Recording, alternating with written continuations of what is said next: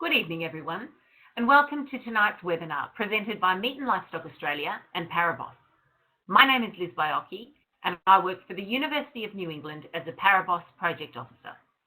A big thanks first to Meat and Livestock Australia, as this webinar is the third in a series which has been developed under MLA's New England WormBoss Producer Demonstration Site Project. It's all about preparing low worm risk lambing and weaning paddocks, and how this will help prevent worm buildup in your sheep. Let me now introduce you to Deb Maxwell from the University of New England. Deb is the Executive Officer of ParaBoss. She has been at the forefront of the development of ParaBoss in conjunction with parasitologists, researchers, and veterinarians with the Sheep CRC and AWI. Welcome, Deb. We're looking forward to what you can tell us today about preparing low worm risk paddocks. I think we might have actually lost Deb, so I'll just go on for a little while until Deb comes back on. Tonight's webinar is going to outline the basics of preparing low worm risk paddocks, specifically in summer rainfall areas where Barber's pole worm is an issue. While principles are similar, the actions will vary in winter rainfall or Mediterranean climates within Australia.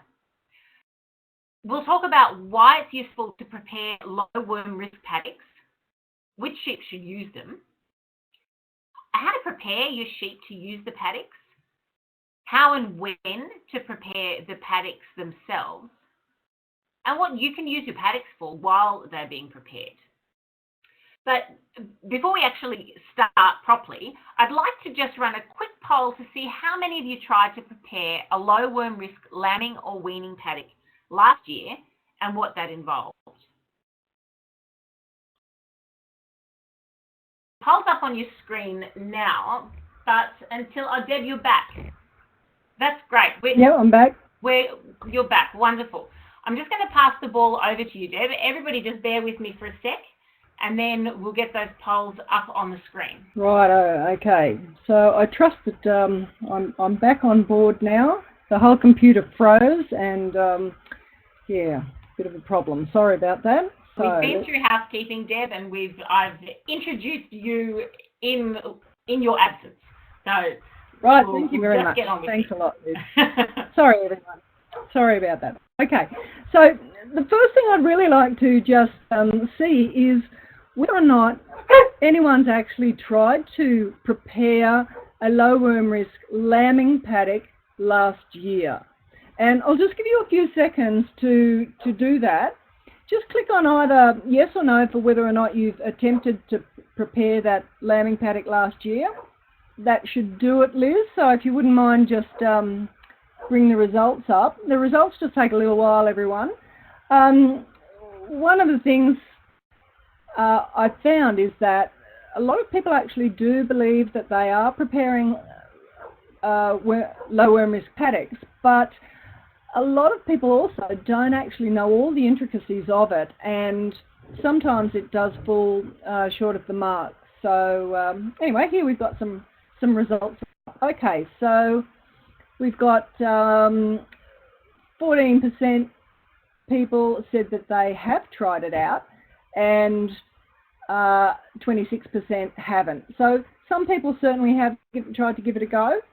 Let's just go on to the next step and see whether or not we've got people trying to do weaning paddocks, because sometimes people find that's easier. Could you just have another go at this next poll, please? Did you try and prepare a weaning paddock this last weaning? So it would have been in this year. Let's, Liz, if you wouldn't mind pulling up those results, and we'll see how we go with that. Again, weaning paddock preparation is a little bit different from lambing paddock preparation, mostly in timing. So we'll check on what the answers are very shortly. All right, again, we've got, well, it looks like probably less people have actually tried to do weaning paddocks, 33%, and a few people have tried to do those weaning paddocks. Righto, let's have a look. Okay, I think that the first thing that's important to understand about is what is a low worm risk paddock. Now, it's a clean paddock, and But how clean is clean? Let's have a think about that. We want to know that that paddock has got such a low level of infective worm larvae on it that when the sheep or goats who just get drenched into that paddock, when they're introduced, it's going to take a few months, not a few weeks, a few months before worm burdens build up to levels that are going to cause any illness in that stock. Now, why should we prepare one? Well, the low worm risk paddocks generally result in lower worm contamination over your whole property for the whole year. So it's not just in those paddocks that you're preparing. They give natural immunity a chance to develop in those more susceptible classes of sheep. That's your lambing ewes and your weaners. And what happens is that those sheep are challenged by worms, but at such a low level that they're not overwhelmed. So that's giving them that chance for it to build up. Now, these paddocks also reduce both production loss and the need for as many drenches. So that results, of course, in less cost, less labour, slower development of drench resistance, better animal welfare outcomes, and I think it's really important that you also get a feeling of confidence. You actually can feel like you can go to bed at night knowing that you're not going to wake up in the morning with some disaster from Barber's poleworms. And I'll just reiterate, because it might have been missed in that introduction, that what we're doing is talking here about low worm risk paddocks and for the summer rainfall areas, it is a little bit different for the winter rainfall areas. Now, I've been preparing low worm risk paddocks for some years now on my property in Guyra in northern New South Wales. And if anyone knows about that country, they know it's cold, but it's also Barber's poleworm heaven. It's a huge problem for this area. And for me, I found that the low worm risk paddocks have had a huge impact. It's probably the biggest thing that's improved my worm control, and by a lot, not just a little way. I've been able to drop something like 3 or 4 drenches a year. That's phenomenal, really. And the preparation, it hasn't really been too hard to do. And each year I also get better. And the people that I've worked with, they find that sometimes it's a little bit trickier the first year, but as they go on, it gets better. All right, let's have a look at the sheep that you might do this with. There's 2 classes of sheep that really do benefit from having low worm risk paddocks. Now, the first of these is the lambing ewes. They're really susceptible to worms when their immunity drops off around about lambing time and into lactation. And it's even worse if they're maiden ewes or they've got twins. Now, if your other group as your weaners, they're really susceptible right after weaning and in those following weeks because they've got a very immature immune system and they can't respond like an adult yet. Adult sheep can develop quite good immunity. Now, this is also compounded by the stress of separation from their mums and the nutritional changes they face. You know, while they're not really getting a heap of milk at just before weaning, it's still a little bit for them and it's a big change. And the other thing is that in these summer rainfall areas, weaning's typically in the summertime when the Barber's poleworm risk is quite high. So if, however, you're in southern Australia and you're listening to this webinar, weaning's typically, again, towards summer, but that's a drier time down there. And winter time that the weaners are more susceptible. So that's one of the differences about preparing lambing paddocks.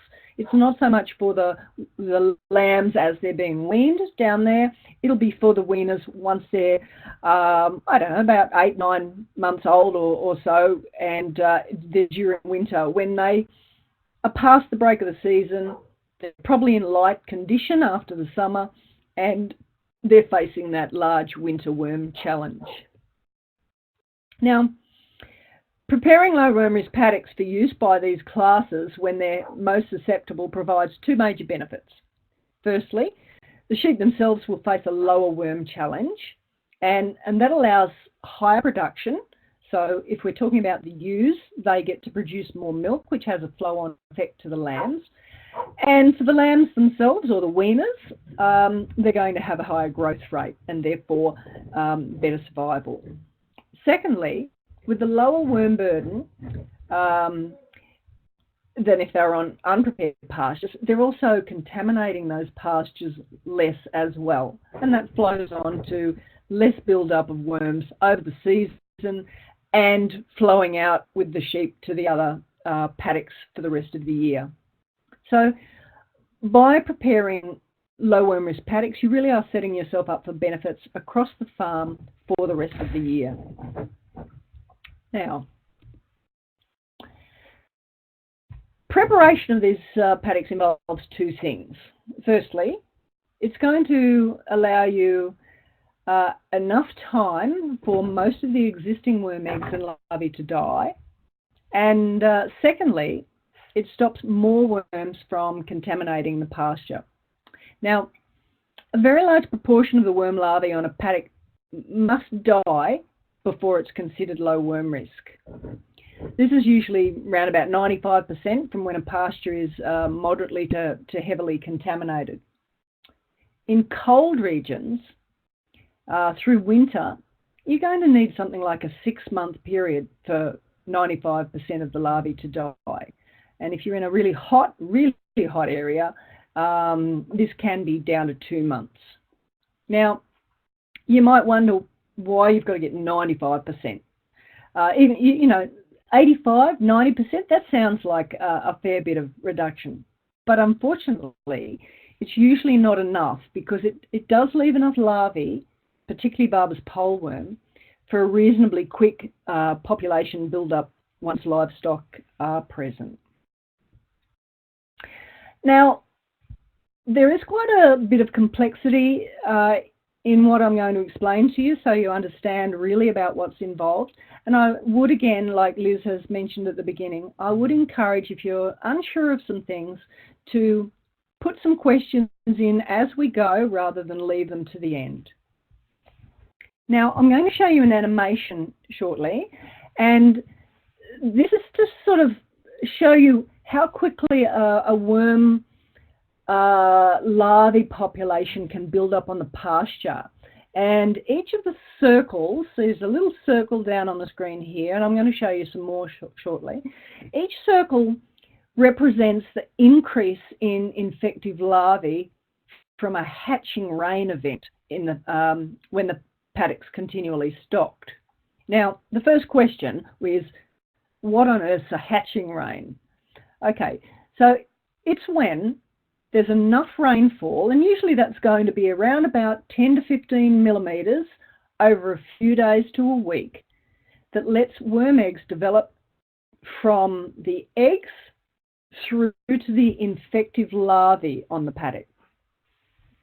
Now, most sheep worms already hatch from the eggs in the dung, but then they need a suitable amount of rain, or moisture, flooding even, and that's what I call hatching rain, combined with warmth for them to actually go that next step to develop into larvae and come out onto the pasture, to come out of the dung.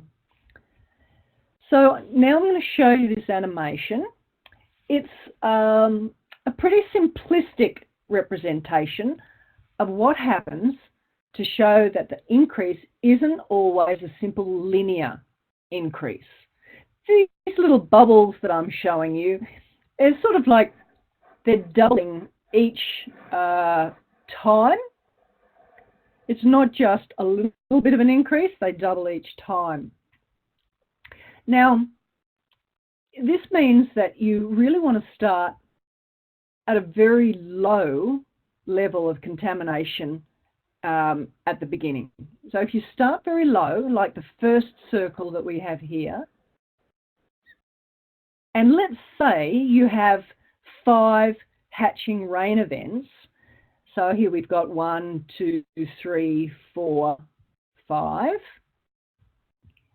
Then the population of worms on the pasture as larvae is still relatively low, and what the sheep have picked up, they're not really showing many signs or production loss, and they're not overwhelmed, and so they're going to get a chance to be building their immunity. Whereas if you start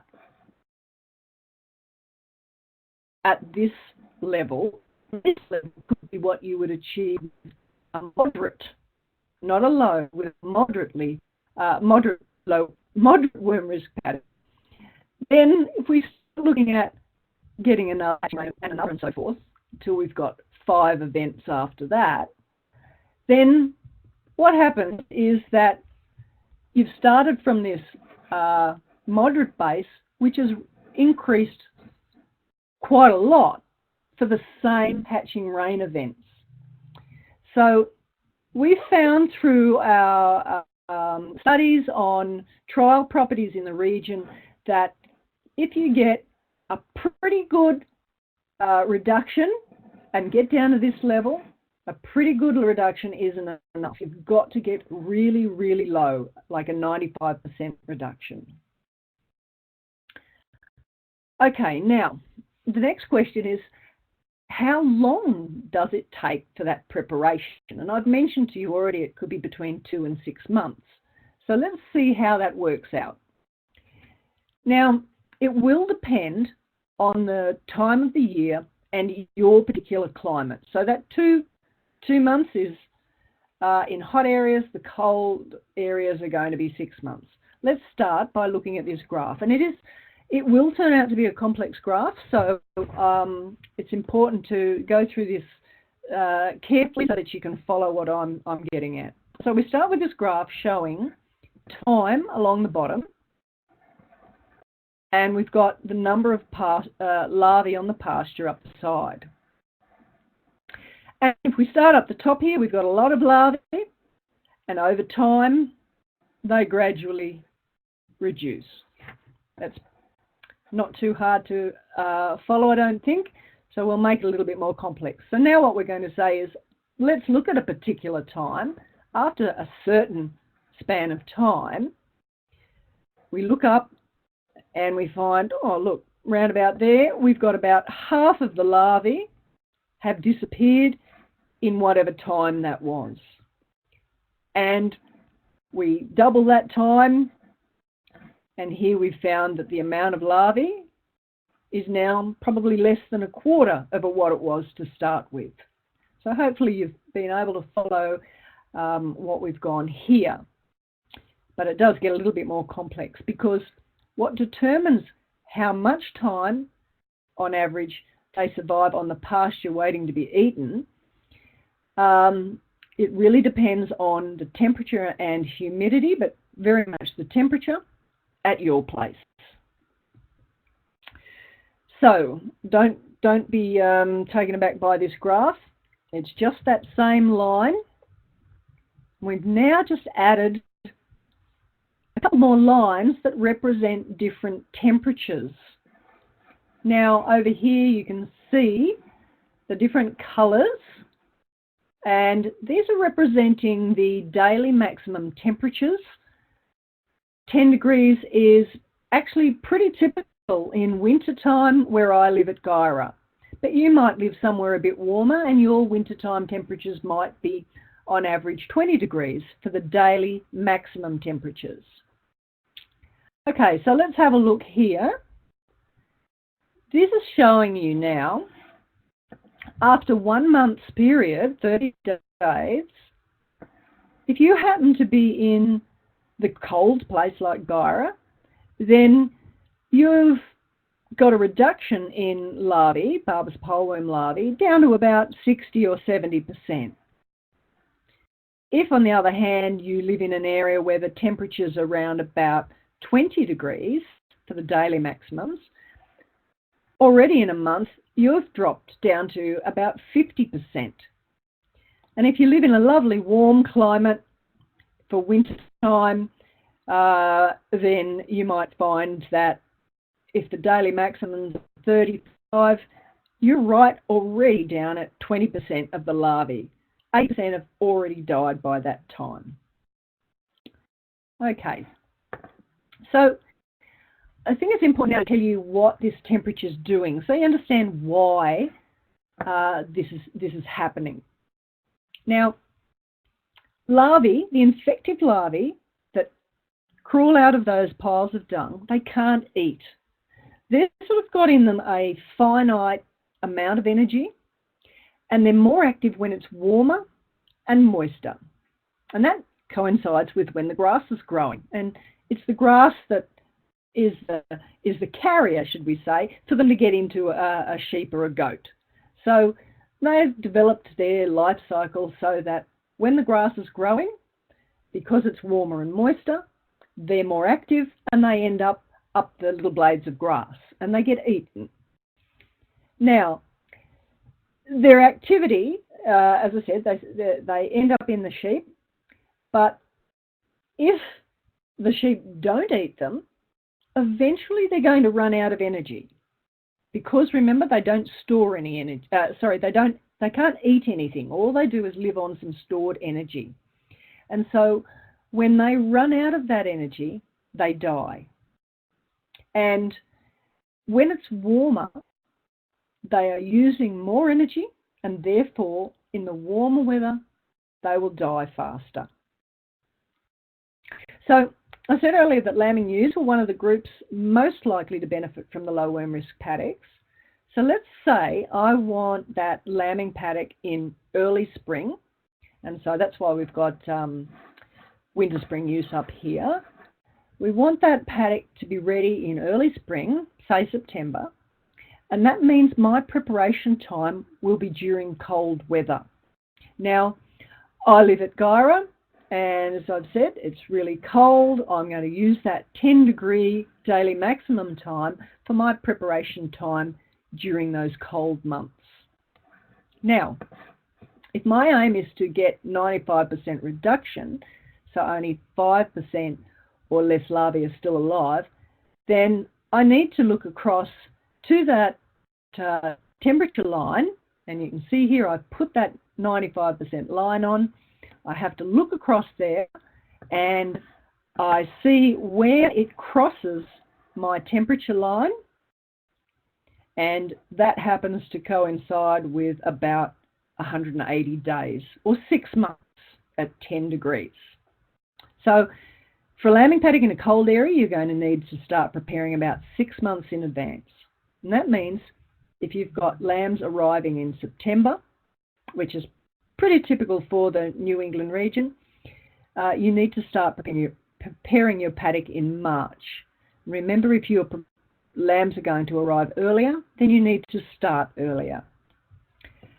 However, if you're in a warmer summer rainfall area, maybe near the coast or well off the ranges, then you'll need less time to get that same drop in larvae. Now, weaners are the other group that will benefit from a low worm risk paddock, and now I'm talking about summer and autumn use. Typically, the weaning is in summer in these high rainfall areas, in the high summer rainfall areas, and at that point in time here, it's more likely to be 25 degrees. So that's our green line. And so I'm going to need to start preparing not quite so far in advance. Let's see where we are. We follow that line across, and we see where it cuts across the green line, which is about there, and that's about 90 days. So for a paddock that I'm going to use in summertime, that's been prepared in late spring and early summer, I won't need to have as long a preparation period. Now, in New England, that 3 months is good, easy to remember, because mostly we should wean lambs around about the 12 to 14 weeks. So that's about 3 months. And so all you really need to do is, once you start lambing, you know that's your trigger to start preparing your weaning paddocks. So remember, when the maximum daily temperature is higher, the larvae are more active and they run out of energy faster, and therefore they die sooner. So preparation times are shorter during hotter weather and longer during cold weather. Okay, so you need to start preparing your lambing paddocks about 6 months before. That means September. Lambers, it's about March or earlier for the late winter lambers. Weaning paddocks, you need to start about 3 months before if they're summer weaning paddocks. And before that, before they're used, and that can generally be timed by starting when the ewes are going to the lambing paddocks. Ideally, you want lambing paddocks to last till weaning, and weaning paddocks to last about 3 months. Now, some of you won't have paddocks that are big enough to do that, and therefore you will need to prepare a few paddocks, but you don't have to do them all at once. So, for example, you might wean into paddock A, and then after a month you're going to move them to paddock B, and then after another month to paddock C. Well, when you prepare your paddocks, you can stagger in that same sort of way. So you don't have to have all your paddocks tied up for unnecessarily long times. Now, you're going to be forgiven for thinking, I can't possibly leave a paddock empty for 6 months before lambing. Well, depending on where you are, that won't be necessary. And if you understand how Barber's poleworm work, it'll make sense why you don't need to, and you'll be able to adapt to your situation. So let's talk a little bit more about cold. Now, it's a common misconception based on having fewer worm issues in winter that frosts kill worm larvae on the paddock. Some really exposed larvae may be killed, but stacks of larvae live through frosts. If they didn't, I wouldn't have worms up here. We get plenty of frosts, but they do. They're very tough, and they can easily survive the cold, the frost, snow. They're protected by the bits of pasture. I wonder this year if there are any about, because the pastures are so exposed due to drought, they would probably have a harder time surviving. But they'll still be there. They're in the dirt and everything as well. Now, if Barber's poleworm eggs don't get the right conditions quickly, they die. They need the daily maximum temperatures over 18 and sufficient moisture for them to hatch. Now, that's usually about 10 to 15 mils of rain, as I mentioned before, and all of this within about 5 days or a week of them falling onto the pasture as dung. Now, scaleworms, remember, if you're in an area that is more about scaleworms, or you've got a lot of scaleworms as well as Barber's poleworm, scaleworm eggs are much hardier than Barber's poleworm eggs. They can hatch at considerably lower temperatures. Between 8 and 15 degrees is their lower level, and that depends on the species. But they can also hatch based on the moisture that's in the dung. So without the rainfall, they can, like other worms, they will hatch into the feces, and if it's dry, they can wait a few more weeks or so till there's enough rain for the dung pellets to soften up and then come out on pasture. Barber's poleworm just don't quite have that same ability. Okay, now let's look at this chart that I've got here. This is for Woolbrook down near Walker. It gets pretty cold down there too. And where, you know, if you're around somewhere else in the New England, Armidale, Guyer or something, it's very similar to this. Now, you can see here my line that I've added on there, which is the line for the 18 degrees daily maximum temperature. And what we've got in here is a period from May to September where those temperatures, daily maximums, are below 18 degrees. So, what happens when wormy sheep are dropping Barber's poleworm eggs onto the pasture during this cold weather, and it's right in the middle of your preparation period. What happens? Nothing. That's what happens. It's too cold for Barber's poleworm eggs to develop into larvae. What happens to them? They simply die. If in about 5 days or so they haven't got the right conditions, which includes warmth, they die. They don't wait till September and then hatch. They die within about a week. Now remember, Barber's poleworms are real wusses. You know, if it gets a bit cold, they've had it. But scaleworms, they'll be able to hang on longer, or they can actually hatch at lower temperatures if the moisture is enough. Right, now, what does this mean for your 6 months preparation period? Well, it means if you've got 4 months of this really cold weather, it doesn't matter what you do during that time. The sheep at that time are not going to be contaminating the pasture. Now, you can graze the lambing paddocks with impunity. You know, no care in the world. Those worm eggs are falling out onto the paddock, but it's too cold for anything to happen. And that means that now, 4 of those 6 months, if you're in the cold area, 4 of those 6 months preparation time, it doesn't matter what you do. So now it means that you're down to 2 months of actively preventing contamination of those paddocks. And if you're a September lammer, then you've got to worry about March and April and not worry about the next 4 months. So that's just 2 months you need to do something. Unfortunately, we don't all live in these freezing cold areas, and this one here is a chart from Pindari Dam. It's about 60 kilometres north of Inverell, and you can see that even in June and July here, you're really struggling to get underneath the 18 degrees C. So unfortunately, in places like this, they are not going to get the benefit of cold to help in their preparation process.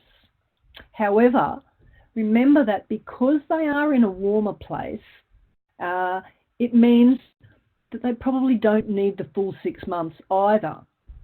They may only need 4 or 5 months. So what you really need to do to find out how this fits with your situation for a paddock prepared through winter, firstly, have a look at a graph like this in your area, and you'll see up here that it's come from Weather Zone. So you can find these maps in weatherzone.com.au. You need to go and look down at the more long-term climate section within there. So have a look in there and figure out what the daily maximum temperatures typically are in the months before you're going to prepare your lambing or weaning paddock. That's the first step. Then go back to this graph, and it can be found on the WormBoss website, and have a look there, match up like we did before, figure out what your temperature line is that you're dealing with, find out where it crosses about the 95% level, and that will tell you how many days or months that you need to prepare in your area, and take into consideration whether any of your months are under 18 degrees. Now, I'd like to just go over an issue about this cold, and it's the number one question. It's the question I get every single time at workshops, and people do have a little bit of trouble with this. So we'll go through this carefully. I get asked, if it's too cold for eggs to develop to larvae in winter when it's below 18, how come sheep still get wormy in winter and they might even need drenching? Doesn't make sense. Okay, what you need to do is think about the worm eggs and the worm larvae separately. Now, we look on our diagram here, and the sheep are becoming infected from the eggs that developed through to larvae, but they developed when times were good for them. They developed back in, say, autumn, and because they can live for many months, they're just waiting on the pasture through autumn, through winter, and some of them, in fact, do last to spring. If you don't prepare your paddocks, that's what's causing your problem when you put your ewes onto your lambing paddocks. It's those leftover larvae from autumn that they rapidly become infected with. Now, any eggs, though, that happen to be dropping out of the sheep when winter is about, they don't hatch. So we're not contaminating the pasture further in winter, but remember, we've got all those larvae that were there from autumn. So if you separate out those two, you'll understand that eggs, they're not tough, they die in the cold, and they can't infect the sheep. But if conditions allow them to develop to larvae, which was back in the warm, moist times back in autumn, then those larvae, which are tough and they live for months, they're still going to be being eaten off the pasture when winter comes around. So that's how that works. And again, if you're unsure of any of those and want further explanation, please ask any questions. You can start typing those questions in for Liz to compile for us. Now, how do we go about preventing that new contamination during those warmer months of the preparation period when those eggs can develop to the larvae? Right, the first thing you can do, obviously, is just to stop grazing wormy sheep or goats or alpacas on the paddock that you want to prepare. Just remember that goats and alpacas are going to carry those same worms. They're going to carry Barber's poleworm just like sheep do. You can spell your paddock and give them, for this period, and it lets your pasture recover. But if you'd rather your paddock isn't idle, there are other things you can do.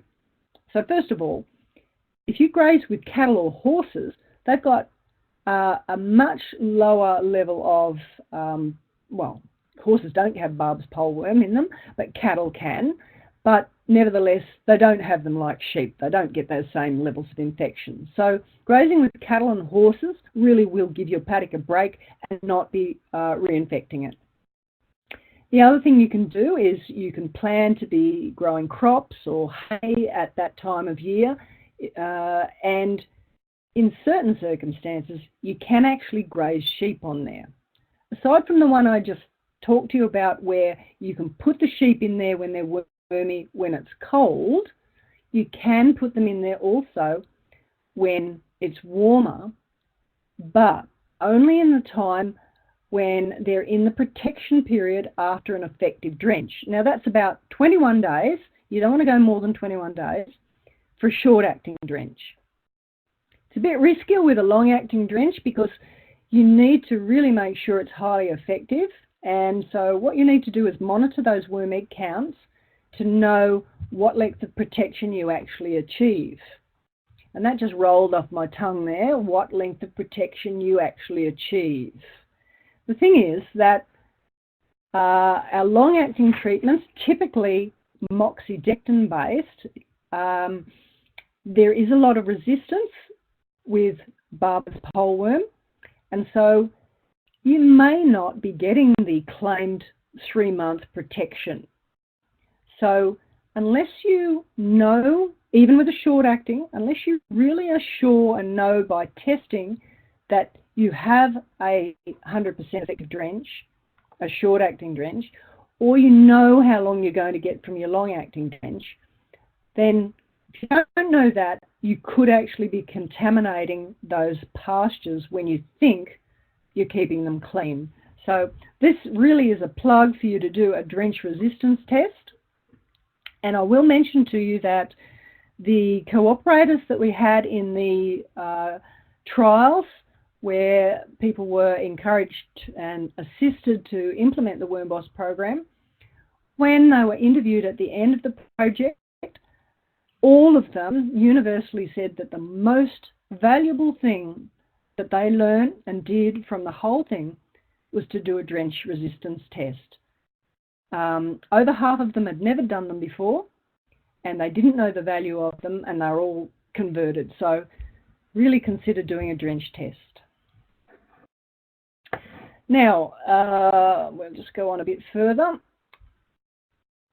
The most difficult thing, though, that those cooperators also found was that juggling the paddock use can be hard. You're trying to maintain paddocks empty or only grazed at a certain time, and that can be a challenge for you. And it is, you know, they found that it was more of a challenge when with these dry conditions. They had less flexibility with paddock use during the dry conditions. However, do realise too that this very dry time means that there's really no development of worm eggs happening. Even back in the warmer times, there was just not enough moisture. So most people should be having much lower levels of contamination. So it really does pay to be organised. If you're preparing low worm risk paddocks, it does help to plan in advance. The shorter your grass is when you're preparing your paddock, the more exposed the larvae are to heat and sun, and therefore, and they die faster because it's warmer. So it is a good idea to graze that paddock quite intensively before you move the stock off the paddock, ready for the preparation period. And that way, when you do that, you know that you're not wasting the feed on there. You've sort of crash grazed it, and you're now then exposing those worm larvae to more heat, and they die faster. And you're then giving that pasture a chance to recover and grow back while you've got no stock on it. So that's how you can better plan for preparing that paddock. Now let's see. When you go to use the paddock, it is mandatory that you drench in. You time your pre-lambing drench with the move onto the low worm risk lambing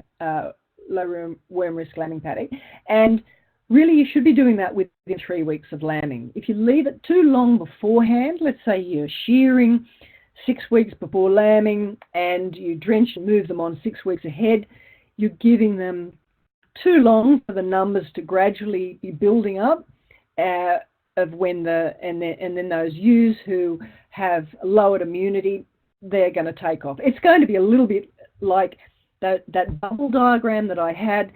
It's going to be as if by the time you get to lambing, they've already got a little level of contamination on them that can expand quickly.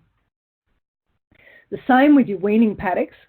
What you want to do is have that paddock prepared, bring them in for weaning, give them the drench, and then move them straight into the paddock. Okay, which drench? Well, the main role of this entry drench is strategic. And that means that you're not just giving it to help the individual sheep, you're giving it at a critical time so that the worm larval contamination of the paddock is kept very low for the benefit of the whole mob. And it means that all that work that you've done to prepare a low worm risk paddock, it stays low for a lot longer. Now, you don't even need to do a worm test before this. We don't recommend you bother. That weaning drench is mandatory, and that drench going into the lambing paddock is mandatory. Even if they've only got like 100 eggs per gram of Barber's poleworm, you drench at that time. Now, remember again, that's the summer rainfall Barber's poleworm recommendation. If you're in the south with scour worms, it is a little bit different. The scour worms are just not prolific producers of eggs like Barber's poleworms, and so during that preparation period, even low worm egg count wethers can be used, but certainly that will not work with Barber's poleworm. And once you are bringing lambing ewes onto a paddock down in the southern areas with scourworms, having a very low egg count, not zero, but just a low egg count, will often be quite sufficient in those areas. So again, this webinar really is focused on summer range areas. Now, at the same time, of course, it's a strategic drench, but it could be also being a tactical or therapeutic drench. In other words, you're using it to treat an actual worm problem in the sheep if they happen to have them at that time. But again, don't worry about testing. You're going to give that treatment. Another important thing to remember, though, is you've gone to the trouble of preparing that paddock. You've kept it clean all that time. You've drenched your sheep in. Don't accidentally bring wormy sheep through that paddock and wreck all that preparation. Remember, if you happen to have another mob that's got to cross somewhere to get to the yards for drenching or something, if you bring them through that paddock, they're going to put eggs on there, and that will upset the contamination level. Okay, what drench? Well, use these 3 principles when you're choosing drenches to drench into those prepared paddocks. Firstly, they need to be effective. This is no time to use a drench that some worms are resistant to. Pick your best, most effective drench. But don't assume this has to be the most expensive drench. Some people up in the summer rainfall areas still have great effectiveness to levamisole. It's your cheapest drench. So find out what works well on your farm by doing a drench resistance test. Secondly, though, don't rely on one drench active alone. Okay, you might find that levamisole is 100% effective on your place. Don't rely on it alone. Use a combination of as many effective drenches as you can. And that ensures that you don't get worms getting onto that paddock. And for some people, combinations are actually the only way they're going to achieve effectiveness. Thirdly, use a short-acting product. If you've prepared the low worm risk paddock well, a long-acting product isn't going to be needed at all. The LA products, they can be a big contributor to the development of drench resistance, so keep them for when you really need them. Now, when you're preparing these paddocks, you do have to really keep drench resistance development in mind. Because when the sheep leave the paddock, ideally you should drench them as they leave. And what you should do at that time is use at least one different effective drench active to what you drenched them in with. This is actually one of only 2 times when drench rotation is quite useful to slow drench resistance. And for those of you who have been religiously rotating drenches all the time, years of modelling have shown that it does very little for your ordinary drenching to slow drench resistance. But this is one time you should rotate. What happens is that any worms that survive that entry drench, they'll reproduce. And the point is that in this situation, it's combined with almost no worm larvae being on the paddock, and so there's nothing there to dilute them.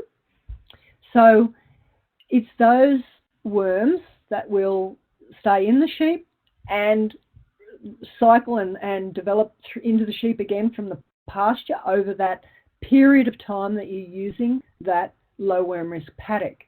And therefore, by the time you're, say, 3 months between lambing and weaning is up, then you will at this point have more likelihood of sheep resistant to the drench that you used to drench in with. So use something with at least one active different in them at that time.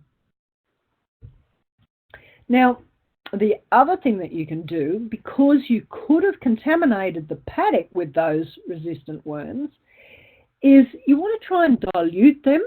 So what you do is you get another mob after you've used this paddock. You get another mob from somewhere else on the farm that have just got a normal infection with the worms that are on your farm, and you bring them into the paddock afterwards, and they just contaminate it and dilute any resistant worms that are there. So that you end up with more of the ordinary old worms that are on your pastures elsewhere, and fewer of the specifically resistant ones that might have come about from preparing the paddock, drenching in, and not having other contamination. Okay, how do you know if what you've done has worked? That's the thing you really want to know. What you do is just do a worm test. And from this, you're going to be able to tell how long the worm burden in your sheep has stayed low. So if it's for your lambing ewes, what you want to do is do a worm egg count at some critical times. The first of those is just before lamb marking. If you haven't been able to get to lamb marking without needing a drench, your preparation hasn't been successful.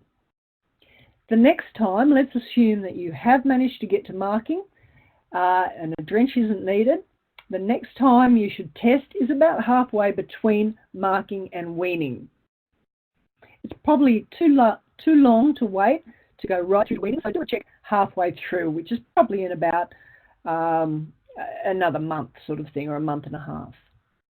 And then, of course, you want to test them again prior to weaning time. Now, I'm talking about the ewes here. So it's only necessary to test the ewes before you end up giving a drench. If the ewes don't need drenching, then you don't need to drench the lambs. If you find that the results tell you that your ewes should be drenched, then also drench the lamb. We get that question about, should I drench the lambs in the lambing cradle? If you've tested before marking and you've tested your ewes and they don't need drenching, don't drench the lambs. However, when the point comes where you do need to drench the lambs and the ewes, thereafter, if they're still together, test them as two separate groups. That means you go into the paddock, you find the big pellets and you find the little pellets, and you keep them separate and treat them as two separate mobs. Now, you can use our Drench Decision Guide, DDG there, Drench Decision Guide, to check if drenching is needed. And I'll show you just in a moment where you can find that Drench Decision Guide. So from this testing, you'll be able to tell how long the worm burden in your sheep has stayed low. Sorry, did I do two? Right, okay. Now, when it comes to your weaning paddocks, test those weaners about 4 weeks, or in fact 4 weeks, I wouldn't go after that, 4 weeks after weaning, and then do it each 4 weeks after that. And gradually you can, well, eventually you will need to drench them, but if you test 4 weekly after that, use the Drench Decision Guide, you'll know whether they need to be drenched. A nice thing to do is, if you happen to have more than one lambing mob and group of weaners, and you've prepared one lot, check the other lot as well, test both mobs and see what sort of difference you're getting. If they've been run under fairly similar conditions, then you should find that there's a difference between those two mobs. If you're not getting a big difference, then you need to look back and see what might have gone wrong. And we'll touch on that shortly. I just wanted here to show you where you find the Drench Decision Guide. And I'll just, you go on the WormBoss website to test some tools, and then you're going to choose Drench Decision Guides here. When you get onto that page, you can find the option of a sheep Drench Decision Guide or a goat one. We'll pick the sheep ones at this point. Then you can find what area that you are located in, because we do have quite different recommendations according to the region you're in. For this example, I'll pick the New South Wales Central, Southern and Southwest. And when we get in there, click on I agree, start the drench decision guide. You'll be presented with some questions. You don't have to type anything in. You simply click on one of the little circles here and proceed through the questions that you're asked, and you'll eventually be provided with a recommendation like this: treat all sheep with an effective blah, blah, blah, that sort of thing. The other thing, though, is if you want a printed version and you don't want to use this one on the web, you can go to that same starting page, and you'll find here it's got print a copy of that particular drench decision guide. And when you do that, all the same questions and things are there, but they're presented in a 2-page document. You can print it and stick it in the ute or up at the yards. And what you'll find is that on one page, it's got questions. Are these sheep showing signs? Are they here or there? Blah, blah, blah, all sorts of things like that. It guides you through those questions. And finally, it will present you with pick one of these letters. And when you do, you turn over the page and you choose the particular recommendation that it's taking you to. So it's quite simple to use. All right, so what can actually go wrong? I will say that getting it right the first year isn't always so easy, but I think that you should try it out with one mob first. Don't try and take on too much. If you've got multiple mobs, I reckon you just start with the one lambing group and then follow them with the weaning group if you can, and prepare paddocks for lambing and weaning just for that one mob. The things that I've outlined you do are very simple in theory, but little things can make it difficult. Little things like not having enough pasture can make it quite difficult. So do your best with one lot first, and don't expect perfection in the first year, but you'll get better as you progress, and you'll see how it integrates into your management system. Now, if you find out from your worm testing that your sheep are wormier than you'd hoped for, then you need to look back on what might have gone against your plan. So it's very useful that you keep maybe some more records about that paddock you're using and sheep movements in and out when you're preparing it and the rainfall, just so you can look back and see, oh, well, maybe I did move those sheep at the wrong time, or it rained when I wasn't expecting it, or something like that. Unfortunately, there's no shortcuts with it, and if you do keep a few records like that, it will really help you to figure out what might not have worked so well, and you'll get better the next time. But the problem is really as simple. If you don't get the results you're expecting, it's as simple as those paddocks have become contaminated because wormy sheep were in them during weather when eggs could hatch to larvae. It's really that simple. Now, you should easily get to lamb marking with a well-prepared paddock, and you shouldn't need to drench at lamb marking. I frequently, but not always, get from a pre-lambing short-acting drench at the beginning of September right through to mid-February. That's 5 months.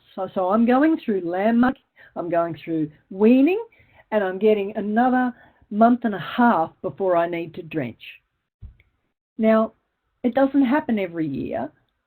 Some years I'll only get to weaning. Some years I'll only get partway past lamb marking, and that will really depend on whether I've done something a bit wrong, haven't thought about something quite right when I was preparing, or if you've got lots of rainfall events, like I showed you those bubble diagram before. It mightn't be the amount of rain you had for the year, but if you have multiple small events, enough to cause hatching, then you're not going to get as far. Okay, what about those weaners? How far are you going to get with those? Well, I certainly used to need to drench within 4 to 5 weeks of weaning if I used a short-acting product. Now, getting 4 or 5 months is the norm. Sometimes shorter, sometimes longer, sometimes much longer. A couple of years ago, I went 13 months with my ewe weaners before they needed the next drench. This year, I'm already at 8 months since their weaning drench.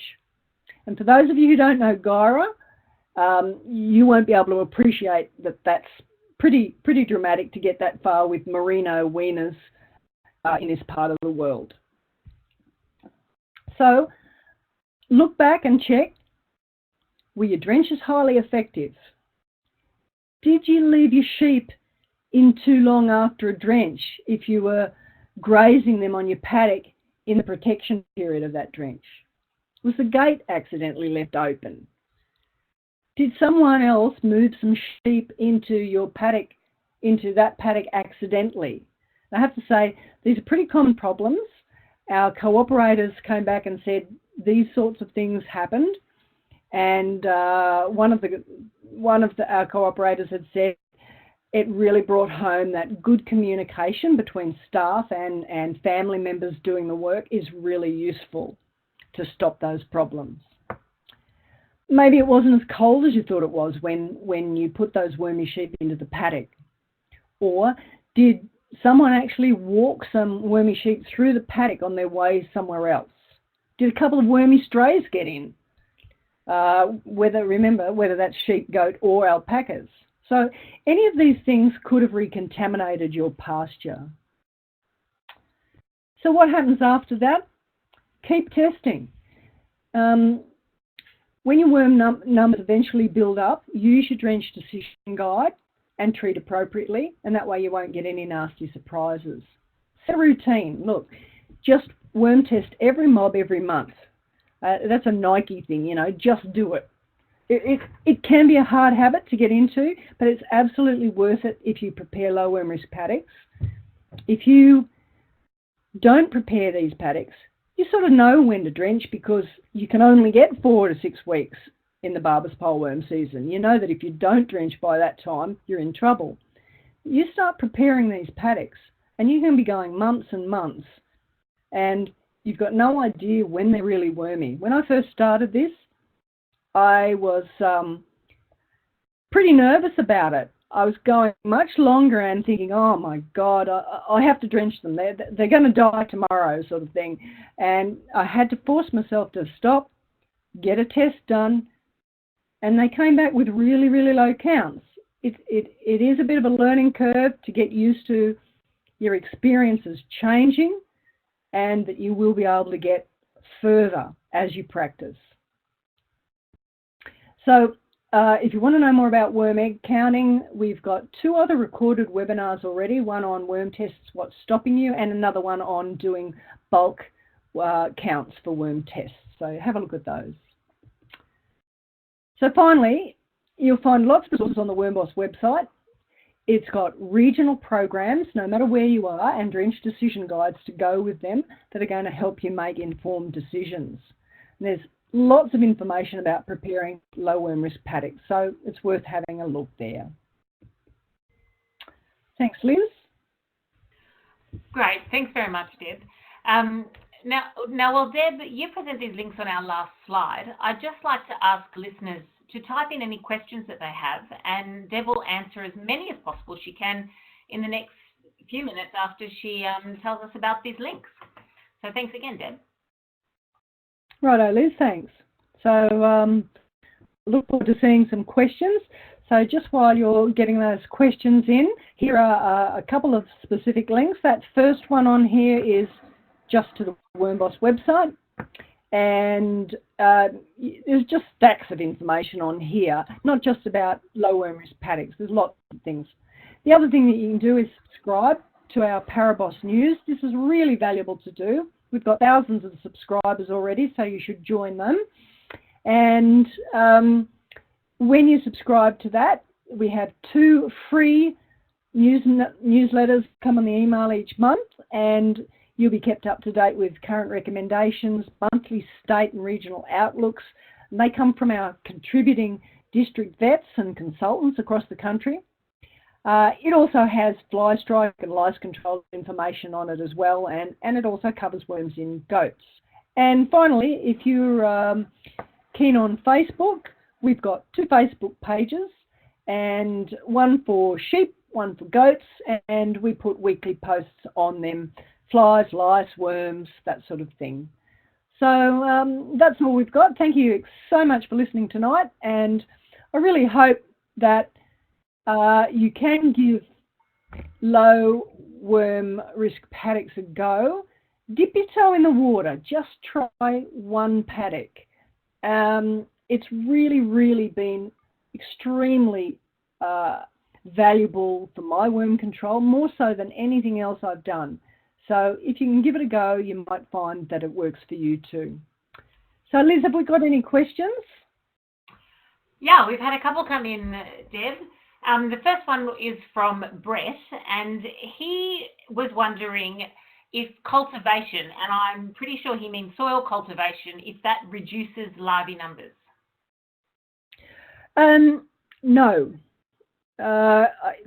I would say that there's not been lots of work done on it, but anecdotal experience certainly we don't just seem to be having great results, hearing great results about doing anything from that. If you're cultivating though, the point is that you're probably preparing a crop or something, so you've also got that time that goes with that. So you're putting in an oat crop or something or other like that. It'll be the time really. The larvae do sit in the soil as well. I would think that no one these days wants to advise about turning over the soil. So the larvae can be in the soil, and if you just tickle it about, they're still there. Thanks, Liz. Okay, great, thanks.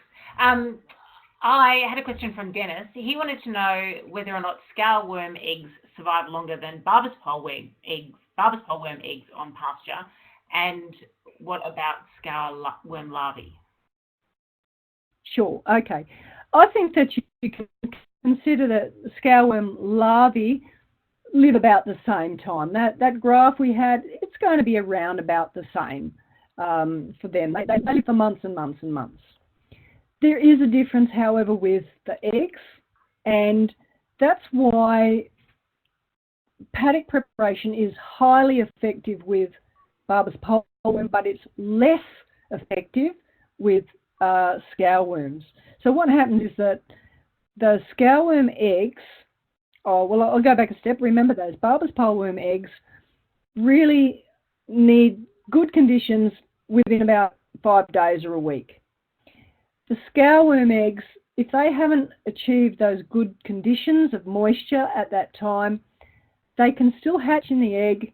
They can sit there for some more weeks or so before rain comes. Eventually, I don't know, you might only get 3 weeks more or so, but that extra 3 weeks or a month or something really makes a big difference, so that you just don't quite get the benefit you would with Barber's pole worm. So scaleworms live longer, the eggs. Great, thanks, Deb. I've got a question from Sue. She wanted to know what your thoughts on the new Paddocks were. All right, okay. Paddocks, my knowledge of it is that there's quite a lot of people that are using it in this area, certainly where I am on the Northern Tablelands, and are getting a lot of good results out of it. I think if you're one of these people who live down on the coast with goats, it would be great to be using it. It's very hard to spend 6 months preparing when you live on the coast. But lots of people, especially what we're finding is that those of them out there that are struggling with effectiveness of their drenches have turned to using the Paddocks vaccine. And because resistance isn't going to develop for that, it's taking pressure off their drenches. They need to drench even less, and therefore they're getting very good results with that. It's still, and you'll find that the Barbavax label and directions still tell you to do your paddock preparation. Nothing is 100% effective. Remember that the Barbavax vaccine isn't a knockdown product like a drench is. So if you have a high burden of worms, you give the vaccine, it doesn't just kill all the worms or anything. It's about building immunity in the sheep, and that immunity is never 100% complete. So they still will build worms up, but not to the same degree. So yes, it is effective. You do need to follow the directions though. Thanks, Deb. I have a question from Shauna. She wants to know whether there has been any work done on how biowormer would work within this program. Sure. Biowormer again, I sort of think of it rather like Barbavax. It's again it's not 100% solution, and it's about trying to keep the levels of worms down. I imagine that there's quite a few people, Liz, listening to this webinar who actually aren't familiar with biowormer, so I might just explain that a little bit. Biowormer is a fungal product, and what happens is that it's given to the sheep, but only as a, how do I put this, a mechanism to get the fungi where it's going to kill the worms. And that's not in the sheep. It's actually in the feces on the ground. So what happens is that you feed it to the sheep in some sort of ration. It passes right through the sheep. Then it's in the dung, it's on the ground, and when those worm eggs hatch out, the fungi, the Duddingtonia flagrans fungi, starts to send out its little hyphae, little furry bits, and it grabs and encompasses and smothers the larvae and kills them. Now, it's not 100% again. Maybe, I don't know, 60, 70% from their figures. And so some larvae will still get through, a little bit like the Barbavax isn't going to kill everything. So what it's doing is greatly reducing the level of contamination, larval contamination on the paddock. So again, if you combine this with other good practices, I mean, we very much say that you shouldn't rely on one thing, especially drenches. Try and use an integrated approach where you're using a number of things, and so the biowormer, the fungi, will be one of those things that are going to help to keep the contamination level and that challenge level down for your sheep or goats. Great. Okay. Thanks, Deb. I have a question from Heather, and it's, I guess, a little on the same vein as Brett's earlier question. She wants to know, with cropping paddocks and the spraying of chemicals, does it have an effect on the number of larvae or eggs? No. I've never seen, no one has said, and we've talked about this at our various technical meetings, never heard of any evidence that cropping sprays or anything will have any effect. People have thought about that for years in the hope that you could just whip across the paddock with a bit of a spray and solve your worm problems. No one's come up with that solution. Okay, great. Well, that, Deb, looks like it might be all the questions that have come through. Did anyone else have anything else? Yes, Ewan has just asked if dung beetles can help. I would imagine they should be able to. We certainly talk about it with cattle and things that it helps. I guess it's depending on how far they bury the larvae. Not totally sure. I don't know whether anyone has got some good objective data, I'm afraid, on how effective dung beetles are. But in theory, they should work. Well, great. I think we might leave it there then, Deb. Thank you very much for a wonderful webinar, and I'm sure you'll all join me in thanking Deb for the webinar this evening. Thanks very much, Liz. And I'll just mention to everyone, if you've got a friend or a neighbour, let them know about these webinars. Join up to our ParaBoss news, and we will have some more webinars coming. Thanks very much. Thanks very much, Deb, and good night. And good night, everyone. Good night.